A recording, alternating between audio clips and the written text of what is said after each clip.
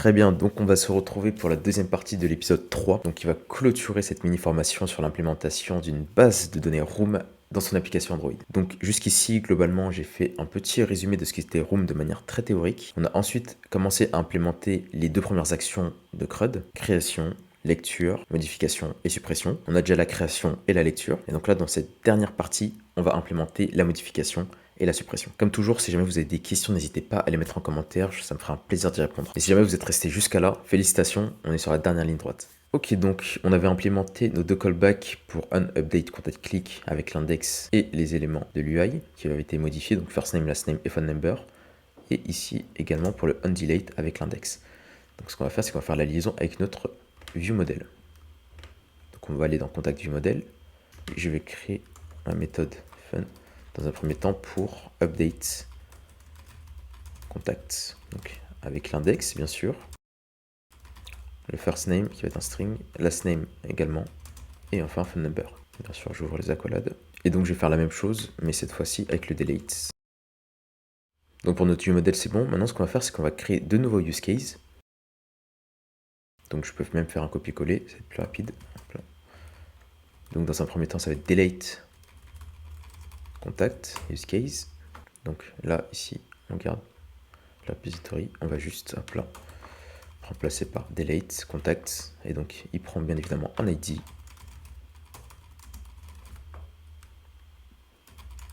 Contact, voilà. Et ici, je vais revenir dans mon viewModel, car j'avais mis que mon index était en long. Bien sûr, l'index est un int, et non un long. Donc, pour le delete contact, on est bon. On va retourner dans notre repository, donc au niveau de notre implémentation, pour continuer à implémenter donc le delete ici. Donc on va appeler contact database service, delete contact, et on va passer le contact, très bien. Et voilà, c'est tout, étant donné qu'on a déjà implémenté notre contact database service, tout est bon. On va faire la même chose pour update contact. Contact database service, update contact.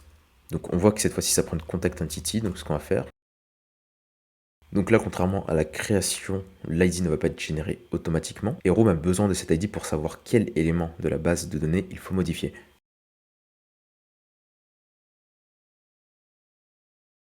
Bien sûr, il y a moyen de faire quelque chose de beaucoup plus optimisé. Par exemple, si jamais l'utilisateur ne modifie que son first name, on va pouvoir faire en sorte de modifier que son first name. Mais là, cette mini-formation, c'est surtout une découverte de Room.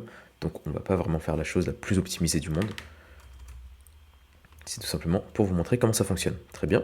Donc on passe notre contact entity en paramètres et on est bon. On peut ensuite ici retourner au niveau des use cases. Et donc mon delete use case, je vais le copier. Et je vais le renommer en update contact use case. Donc là, vous pouvez voir qu'on a bien nos 4 use cases, donc nos 4 actions CRUD. Et au niveau de l'update, donc ici, update contact. Donc lui, il va prendre un contact. Donc ça, je vais supprimer ça. Et je vais directement lui passer un contact. On fait un petit import et on passe le contact en paramètre. Donc là, on va retourner dans notre viewModel.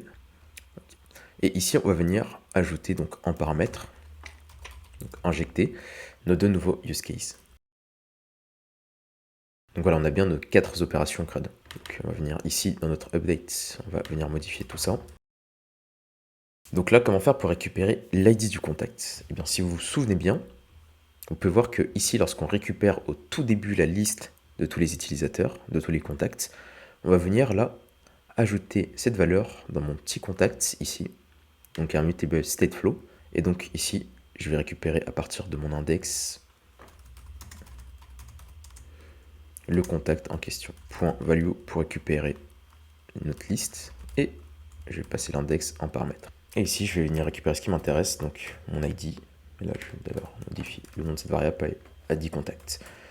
Et enfin, je vais créer tout simplement un nouveau contact. Je vais l'appeler par exemple updated contact.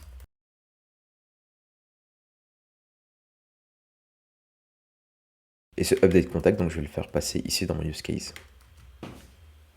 Et pour delete, ça va être à peu près la même chose. Ça, je peux copier-coller cette partie où on récupère l'ID. Mais je n'ai pas besoin de créer un nouveau contact. Je vais juste faire appel à mon use case delete use case et passer en paramètre mon ID contact. Ensuite, je vais retourner sur mon layout, donc mon contact layout. Donc dans onUpdate contact click, je vais venir faire appel à mon update contact. Donc ici, je peux lui passer tous les paramètres.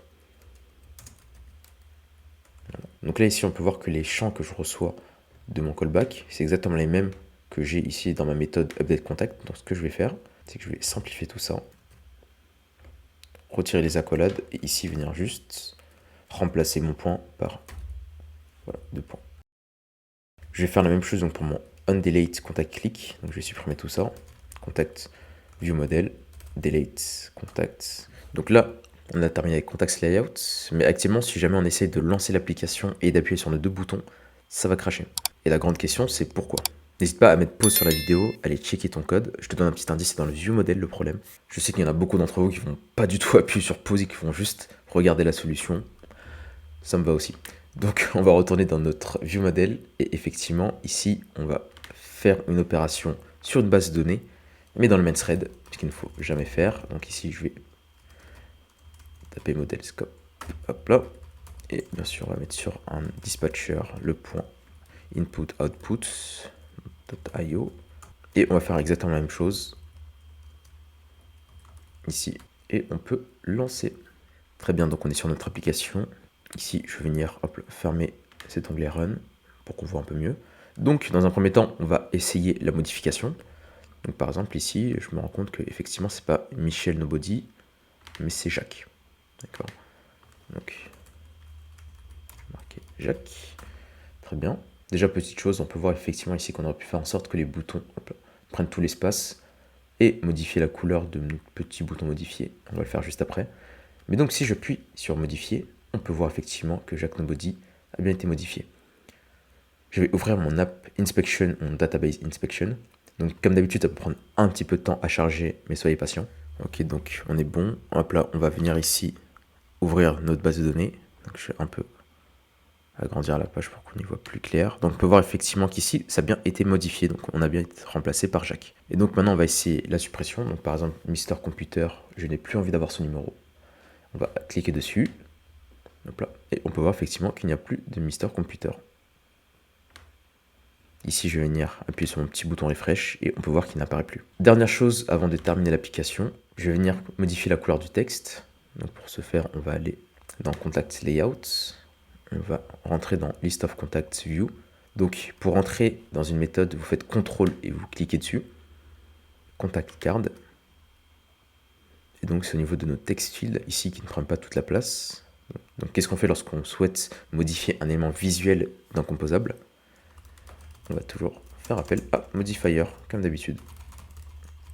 Tout simplement fill max width pour que ça prenne vraiment, là, je mets une petite virgule, toute la largeur de l'écran. Je vais faire pareil pour les 2 autres. Et ici pour mon texte, il y a un champ qui s'appelle directement color. Et je vais le mettre en blanc pour qu'il soit bien visible.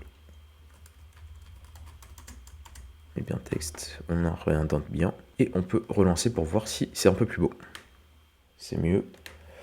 On va venir fermer notre onglet run. Et si on appuie sur modifier, effectivement on peut voir que là, c'est tout de suite un peu plus joli.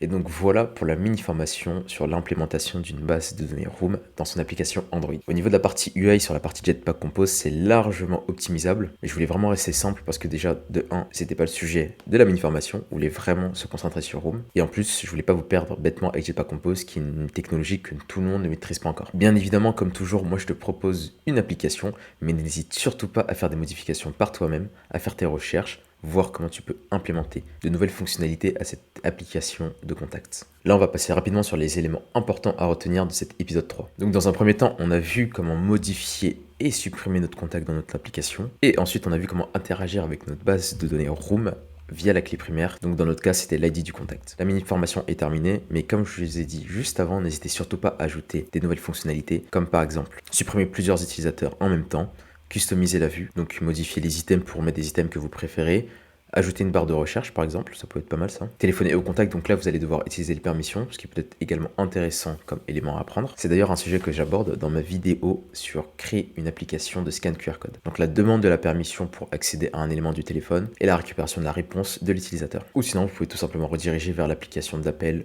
en passant le numéro de téléphone. Bien sûr, la liste là que vous voyez, elle n'est pas exhaustive, donc à vous de voir et de faire travailler votre imagination. Comme vous pouvez voir, Room est extrêmement facile d'utilisation et dans la très grosse majorité des applications, vous aurez besoin d'utiliser Room afin de garder des données en local sur le téléphone de l'utilisateur. Avec cette mini-formation, on est vraiment passé par les éléments les plus importants et j'espère sincèrement que ces séries de vidéos vont vous aider à vous améliorer en tant que développeur Android. Si jamais cette vidéo vous a plu, que vous avez appris des choses, n'hésitez surtout pas à la liker. Ce genre de mini-formation, c'est beaucoup de travail, donc ça me fait vraiment plaisir de voir que ça vous plaît. En plus, c'est important pour le référencement et n'hésitez surtout pas aussi à la partager autour de vous pour que les personnes puissent également apprendre Room. Je rappelle que le lien du GitHub du projet est en description, donc n'hésitez pas à aller vous y référer. C'était Cyril Android et moi je vous dis à plus tard dans une prochaine vidéo.